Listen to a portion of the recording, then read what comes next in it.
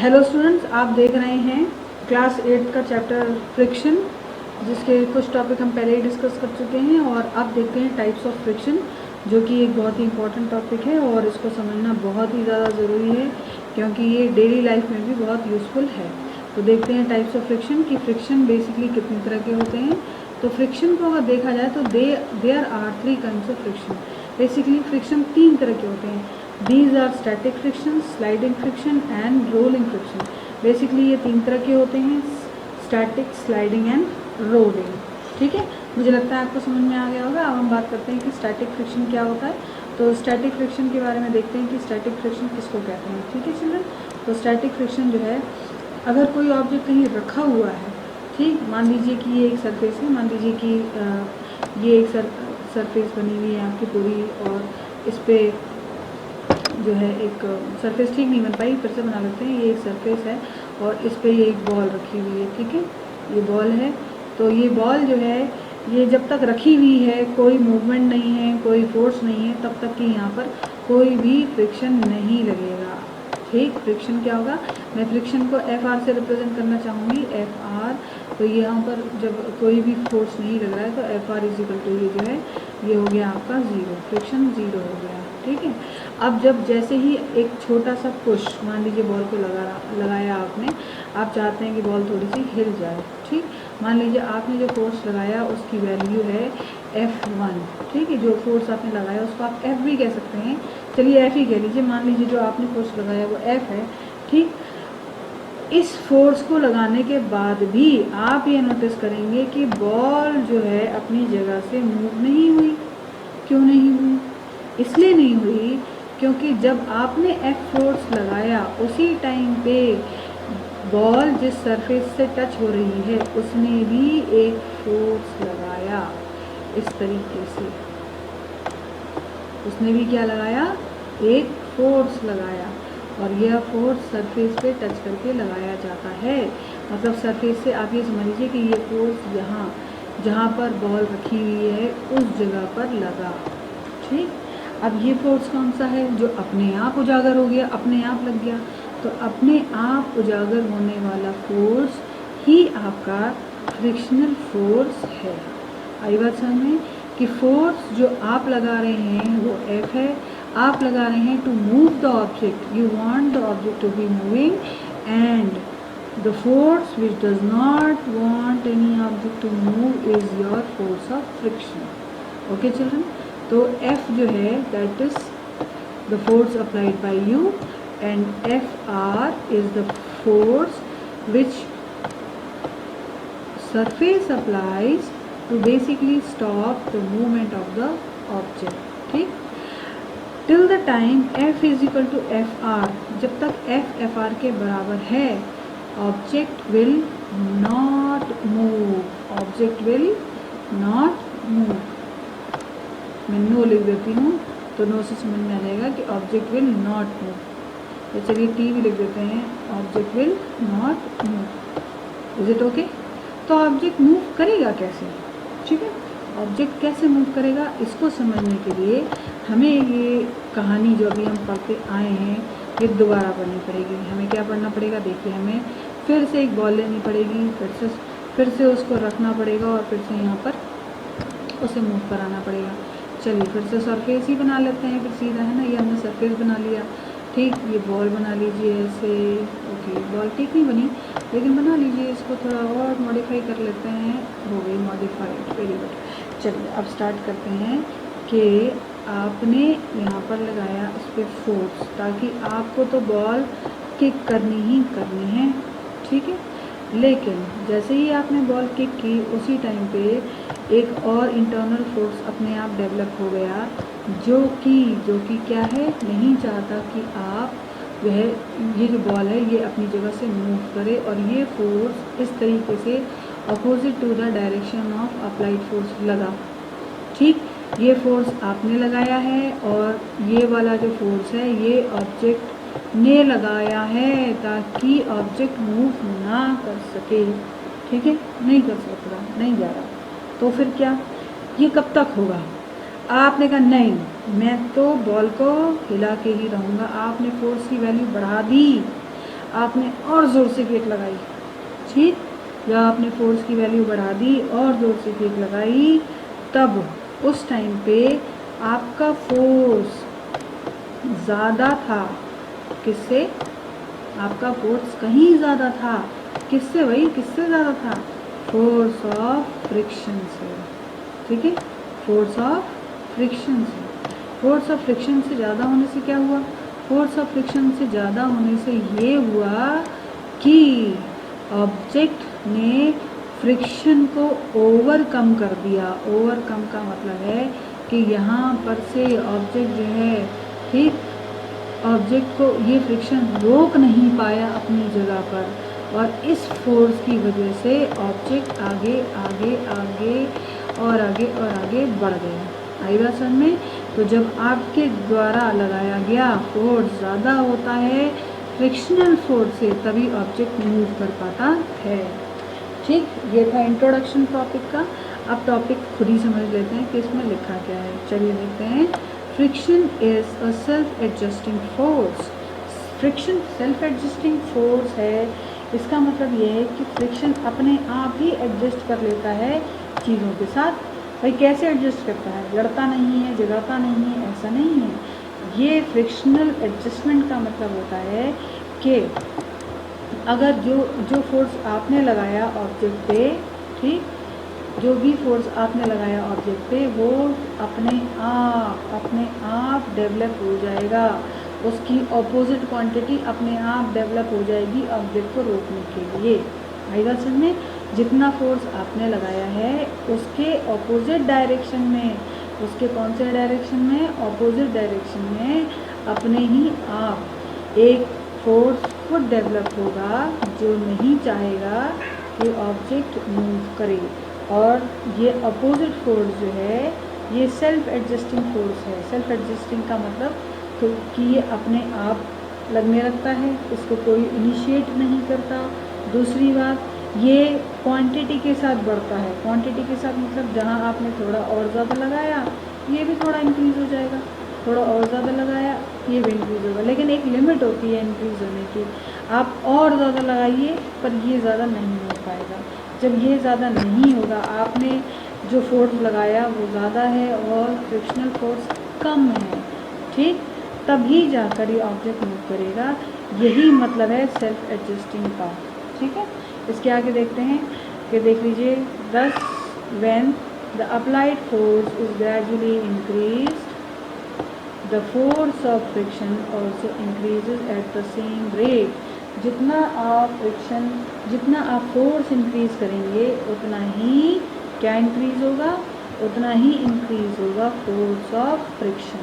आपने फोर्स लगाया, आपने जो भी लगाया, तो फ्रिक्शन कहेगा मैं भी बढ़ूँगा, मैं भी पीछे नहीं हटूँगा। तो जो फोर्स आपने लगाया उतना ही फ्रिक्शनल फोर्स भी इंक्रीज होता है उसी रेट पर। उसी रेट का मतलब है that is on the same time and on the same amount. ठीक, and the body remains stationary. Body stationary तभी तक रहेगी, कब तक रहेगी? जब तक कि आपके द्वारा लगाया force, the force which you have applied is equal to the frictional force. आगे देखते हैं। This force of friction is called force of static friction. जब ऑब्जेक्ट रुका हुआ है तो लगने वाला जो फोर्स है, ठीक, उस टाइम पे आपके द्वारा जो फोर्स है और ऑपोजिट लगने वाला जो फोर्स है, वो दोनों जब बराबर होते हैं उस टाइम पे जो फोर्स लग रहा है उसको हम बोलते हैं फोर्स ऑफ स्टैटिक फ्रिक्शन। मतलब फोर्स कौन सा? रुके हुए फ्रिक्शन का। स्टैटिक का मतलब ही है कि जब ऑब्जेक्ट मूव नहीं कर रहा तब लगने वाला फोर्स। बात समझ में आ गई? आगे देखते हैं। Simply static friction, if the applied force is increase further, a stage will come when the body begins to just move। बात समझ में आई आपके कि नहीं आई?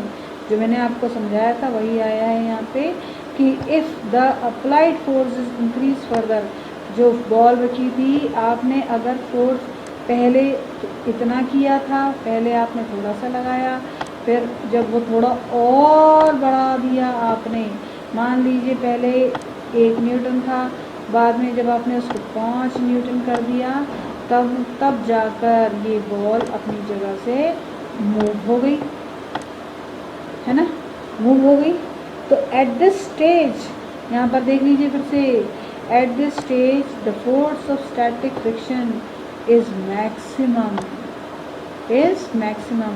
जिस पॉइंट तक कोई ऑब्जेक्ट रुक सकता है फ्रिक्शन के द्वारा, फ्रिक्शन जिस भी मैक्सिमम लेवल तक ऑब्जेक्ट को रोके रख सकता है, उसी को बोलते हैं maximum level of static friction. अगर कोई ऑब्जेक्ट एक जगह पे से मूव करके दूसरी जगह जाना चाहता है, फ्रिक्शन उसको नहीं जाने देगा, ठीक। मैक्सिमम क्वांटिटी जो फ्रिक्शन लगा सकता है ऑब्जेक्ट को मूव ना करने देने के लिए, उसी को हम बोलते हैं, क्या बोलते हैं, उसी को हम बोलते हैं स्टैटिक फ्रिक्शन इज मैक्सिमम। आई बात समझ में? मैक्सिमम कब होगा, मतलब सबसे ज़्यादा फोर्स जब ऑब्जेक्ट मूव करने की कोशिश कर रहा हो और फ्रिक्शन उसे पकड़े रखे हुए, नहीं मैं तुझे जाने नहीं दूंगा, नहीं मैं तुझे मूव नहीं करने दूंगा, बस इससे ज़्यादा मैं और तुमको रोक नहीं सकता, अब मैं तुम्हें छोड़ रहा हूँ। तो ये अब मैं तुम्हें नहीं रोक सकता, छोड़ रहा हूँ, ये है क्या, मैक्सिमम स्टैटिक फ्रिक्शन। आई बात समझ में? आगे देखते हैं कि the maximum force of friction when the block is starting to move is called the limiting value of static friction और लिमिटिंग फ्रिक्शन। देखिए, जो मैक्सिमम फोर्स फ्रिक्शन लगा रहा है, मैक्सिमम फ्रिक्शनल फोर्स जो लग रहा है when an object or a body is starting to move is called the limiting value of static friction। मतलब यहाँ पर आप समझ लीजिए कि लिमिटिंग वैल्यू LV लिख देती हूँ। लिमिटिंग वैल्यू क्या होती है, तो LV जो होती है किसी भी ऑब्जेक्ट पे मैक्सिमम लिमिटिंग वैल्यू क्या होती है कि एक ऑब्जेक्ट को कितना फोर्स चाहिए कि वो स्टैटिक फ्रिक्शन को ओवरकम करके मूव कर सके, ठीक। कितना फोर्स चाहिए कि वो रोकने वाले फोर्स को ओवरकम करके आगे बढ़ सके। इस वैल्यू को बोलते हैं लिमिटिंग वैल्यू। आई बात समझ में? तो लिमिटिंग वैल्यू वो मैक्सिमम वैल्यू होती है फ्रिक्शनल फोर्स की, जिसके बाद कोई भी ऑब्जेक्ट मूव करना स्टार्ट कर सकता है। तो मुझे लगता है कि स्टैटिक फ्रिक्शन कुछ ज़्यादा हो गया, लगता है मुझे भी स्टैटिक फ्रिक्शन लग गया है, तभी मैं एक जगह बैठी हुई हूँ, है ना, और आगे नहीं बढ़ रही हूँ। तो मुझे जो है अब काइनेटिक फ्रिक्शन या स्लाइडिंग फ्रिक्शन पे पहुँच जाना चाहिए। तो समझ लेते हैं, चलिए, कि ये स्लाइडिंग फ्रिक्शन, ये जो एक नया नाम आया है काइनेटिक फ्रिक्शन, ये क्या होता है, ठीक है। तो चलिए देखते हैं। पहले एक बात मैं आपको बता दूं कि जब हम लोग छोटे थे तो हमारे यहाँ एक वो काइनेटिक गाड़ी चली थी, काइनेटिक होंडा के नाम से। तो ये गाड़ी, काइनेटिक का मतलब होता है बेसिकली मूविंग। बेसिकली क्या मतलब होता है, मूविंग। तो जो मूविंग फोर्स लगे उसको बोलते हैं काइनेटिक एनर्जी, ठीक है। बेसिकली अगर ऑब्जेक्ट मूव कर रही है तो मूव करते समय जो फोर्स लगा रही है या वो आगे बढ़ रही है, उसके पास जो वेलोसिटी है वो उसकी कहलाएगी काइनेटिक एनर्जी। लेकिन जब हम काइनेटिक फ्रिक्शन की बात करते हैं, किसकी बात करते हैं, काइनेटिक फ्रिक्शन की, तो मूव करते समय when an object is moving at that time the friction applied on it is your kinetic friction. फिर से समझ लेते हैं कि ऑब्जेक्ट मूव कर रहा है, मूव आगे आगे आगे आगे आगे आगे आगे आगे आगे, तो object is moving and the friction which is applied on it during the time of motion is your static friction. Here you can see that the object is moving in a forward direction, okay, and an opposite force is simultaneously acting on the object to just make it stop, रुक जा, वो लगाना चल रहा है यहाँ पे, आगे बढ़ते हैं। तो स्टैटिक फ्रिक्शन यहाँ पर लगा हुआ है, कौन सा वाला है ये, सॉरी स्लाइडिंग फ्रिक्शन चल रहा है ताकि रोक सके इस ऑब्जेक्ट को जो कि उसकी मर्जी के खिलाफ चलता जा रहा है। चलिए आगे देखते हैं। The force of friction between the two surface in contact when one of these just slide over the other is called sliding और kinetic friction. The force required to चल रहे हैं आगे बढ़ रहे हैं। The force required to keep a body in motion is less than the force required to start the motion। देखिए पहले एक मिनट रुक जाइए, इसको और अच्छे से डिटेल में अभी पढ़ते हैं कि हाँ यहाँ पर आ जाइए आप, ताकि आपको और अच्छी तरह क्लियर हो जाए कि हम बताना क्या चाहते हैं। चलिए, तो हम यहाँ पढ़ रहे थे स्लाइडिंग के लिए, है ना बच्चों।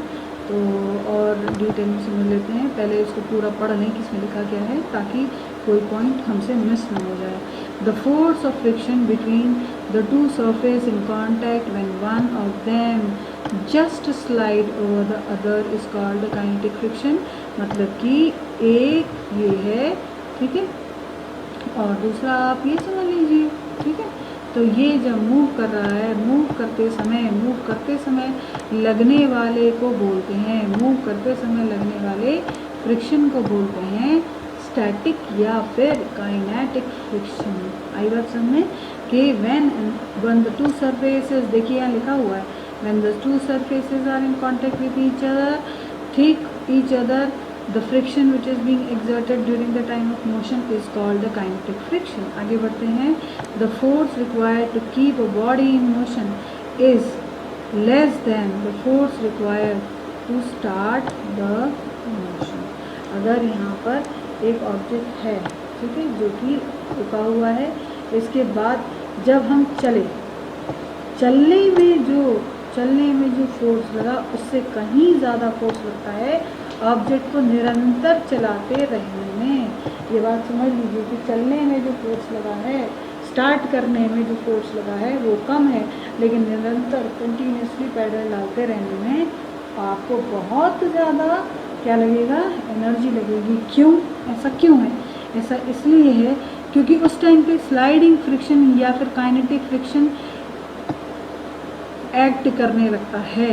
Therefore स्लाइडिंग और kinetic friction is less than the limiting static friction. भाई वही वाली बात आ गई यहाँ पर, सीधे फिर से समझ लेते हैं ना इसी बात को, तो और क्लियर हो जाएगा कि ये ऑब्जेक्ट मूव तो कर गया, मतलब स्टैटिक फ्रिक्शन से आगे बढ़ चुका है, स्टैटिक फ्रिक्शन से आगे बढ़ चुका है, मतलब फ्रिक्शन जितना रोक रहा था तो रोकने को ख़त्म कर चुका है और अब ये निकल चुका है आगे निकल गया।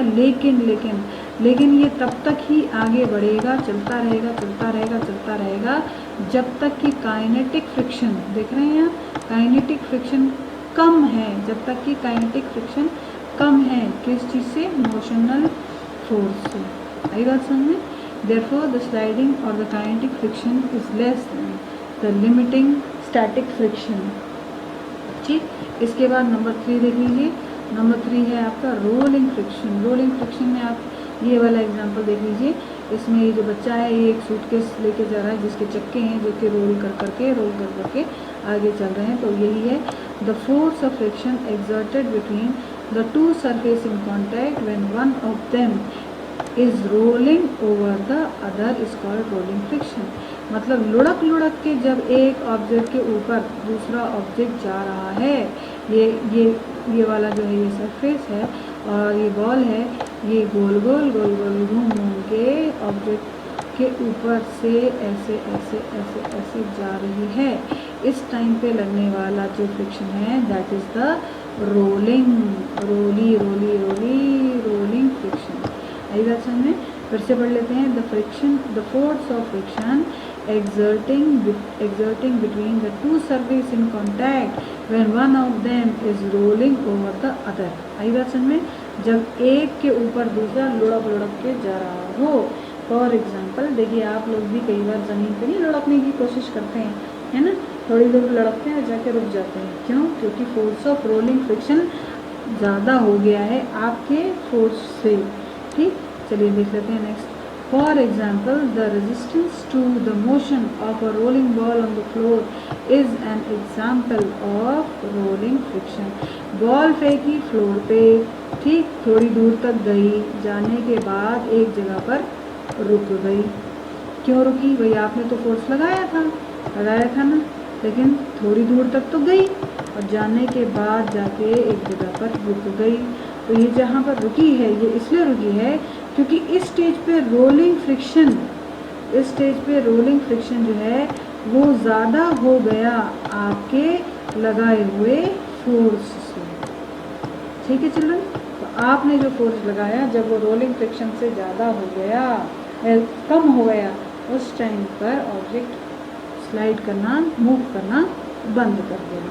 बात समझ में आ गई कि नहीं आ गई? इसीलिए अगर कहीं से भी कोई गिरता है सीढ़ियों से या कहीं से भी, तो लुढ़क के एक टाइम ऐसा आता है जब वो रुक जाता है, और जिस टाइम वो रुके तो उस टाइम आप समझ लीजिए कि क्या हुआ होगा। उस time rolling friction is more than the friction और the force which you have applied. ठीक है, आगे देख लेते हैं यहाँ पे कि rolling friction is much smaller than sliding friction.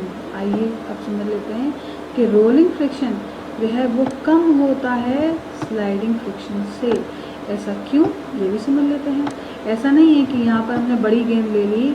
चलिए ये वाला जो एग्जांपल है ये मैं यहाँ लिख लेती हूँ, ये एस का है, स्लाइडिंग फ्रिक्शन है, एफ लिख लेती हूँ तो आप समझ जाएंगे कि this is for sliding friction and this is for your rolling R F, this is for your R F, that is rolling friction. ठीक है, अब ये बोल रहे हैं कि R F that is rolling friction is greater than S F. ऐसा क्यों? नहीं sorry, S F sliding friction is always greater than, ऐसे ही लिख लेते हैं। चलिए, स्लाइडिंग फ्रिक्शन जो है ये ज़्यादा होता है रोलिंग फ्रिक्शन से, ऐसा कहा जाता है। तो उसको समझ लेते हैं कि ऐसे क्यों होता है। इसलिए होता है कि मान लीजिए ये वाला जो है मैंने बनाया है ये आपका है स्लाइडिंग फ्रिक्शन और ये वाला जो है ये है आपका रोलिंग फ्रिक्शन। ऑब्जेक्ट का साइज़ थोड़ा सा बड़ा है यहाँ पे, यहाँ छोटा है, उससे ज़्यादा मैटर नहीं करता। आप दोनों ही बड़ा ले लो, ठीक है, उससे कोई फ़र्क नहीं पड़ेगा, आप दोनों ही बड़ा ले लो। चलो, let the size of both the object be the same. ठीक है, मान लीजिए कि दोनों सेम है। फिर कैसे ये कह रहे हैं कि R F is greater, S F that is static friction is greater than rolling. इसलिए कहा जा रहा है कि स्टैटिक फ्रिक्शन में जो ऑब्जेक्ट है वो बहुत देर तक कांटेक्ट में रहता है सरफेस के, और रोलिंग फ्रिक्शन में ऑब्जेक्ट ज़्यादा कांटेक्ट में नहीं आता। क्यों? क्योंकि रोलिंग फ्रिक्शन में अभी मान लीजिए इतना पार्ट यहाँ से यहाँ तक का कांटेक्ट में है, फिर बाद में जब ऑब्जेक्ट फिर आगे चला जाएगा, या ये जो बॉल है ये जब आगे जाएगा इस तरीके से, तो फिर से थोड़ा सा कांटेक्ट में है, फिर उसके बाद फिर नेक्स्ट जो सरफेस ऑफ कांटेक्ट है वो भी थोड़ा सा होगा, फिर थोड़ा सा होगा, फिर थोड़ा सा होगा। तो जब सरफेस ऑफ कांटेक्ट थोड़ा थोड़ा है तो फ्रिक्शन भी थोड़ा थोड़ा हुआ। ठीक, लेकिन एसएफ में ऐसा नहीं होता, ये कंटिन्यूस मोशन है, बिल्कुल कंटिन्यूस चला जा रहा है। इसमें ऑब्जेक्ट जो है उसका सरफेस ऑफ कांटेक्ट ज़्यादा होता है। ठीक, इसमें सरफेस ऑफ कांटेक्ट ज़्यादा है। सरफेस ऑफ कांटेक्ट का मतलब ऑब्जेक्ट जो मूव कर रहा है, ठीक, वो और फ्रिक्शन ज़्यादा एरिया में मिल रहे हैं। ठीक है, आई बात समझ में? ऑब्जेक्ट जो मूव कर रहा है उसका एरिया और जिस सरफेस पे वो मूव कर रहा है उसका एरिया ज़्यादा होता है। भाई ज़्यादा एरिया टच करोगे तो ज़्यादा फ्रिक्शन है, ज़्यादा पंगे लोगे तो ज़्यादा ही लड़ाई झगड़े होंगे, है ना? वही वाली हिसाब किताब है कि ज़्यादा एरिया मतलब ज़्यादा फ्रिक्शन और कम एरिया मतलब कम फ्रिक्शन। तो रोलिंग फ्रिक्शन का सरफेस इन कांटेक्ट कैसा होता है? रोलिंग फ्रिक्शन का सरफेस इन कांटेक्ट कम होता है, इसीलिए इसमें फ्रिक्शन कम होता है। अब एग्जांपल और समझ लेते हैं कि rolling friction is much smaller than the sliding friction. This is why all vehicles are mounted on wheels and ball bearings are used in all machines when rotatory motion is required। इसीलिए सारे के सारे जो मतलब चलने वाले vehicles हैं जो चलते हैं उनमें व्हील्स लगे होते हैं, गोल गोल होते हैं, ताकि जो सरफेस इन कांटेक्ट है, surface in contact with motion, मतलब जब गाड़ी चल रही है तो पहिए कांटेक्ट में आ रहे हैं किसके, सरफेस के, अर्थ सरफेस के। तो पहिया और अर्थ सरफेस का बहुत ही छोटा एरिया आपस में एक दूसरे से कांटेक्ट में आ रहा है, इसीलिए यहाँ पर क्या है कि स्लाइडिंग फ्रिक्शन कम रहता है, रोलिंग फ्रिक्शन कम रहता है। ठीक है, अब ये जो रोलिंग फ्रिक्शन है इसका सबसे बेस्ट एग्जांपल पंखों में लगी हुई बॉल बेयरिंग आप देख सकते हो। बॉल बेयरिंग कई जगह लगी होती है, कई सारे इक्विपमेंट में जो कि गोल गोल रोटेटरी मोशन के काम आते हैं। बॉल बेयरिंग में छोटी छोटी बॉल्स डाली होती हैं अंदर। ये बॉल्स हैं, ये कांटेक्ट के सरफेस को कम कर देती है, मतलब घूमने वाली चीज़ और स्टिल चीज़ के बीच की जो छूने वाली, जहाँ पर वो दोनों टच होते हैं उस सरफेस को वो कम कर देती है, जिससे कि फ्रिक्शन भी कम हो जाता है। ठीक है, आगे देखते हैं। In a ball bearing the axle rotates on the balls without sliding. Axle जो है वो बॉल्स पर रोटेट करता है लेकिन टच नहीं, विदाउट स्लाइडिंग, एक दूसरे से के ऊपर नहीं रगड़ पाते। ठीक, चलिए अब इसके लास्ट पार्ट पर जाते हैं, लेकिन लास्ट पार्ट पे जाने से पहले फिर से मैं आपको बता दूं कि friction they are of 3 types. ठीक है, they are of 3 types and the first is the static friction, second is the sliding friction and the third is the rolling friction. Static friction is basically when an object is at stationary position and as soon as the object start moving, ठीक है, the static friction becomes maximum.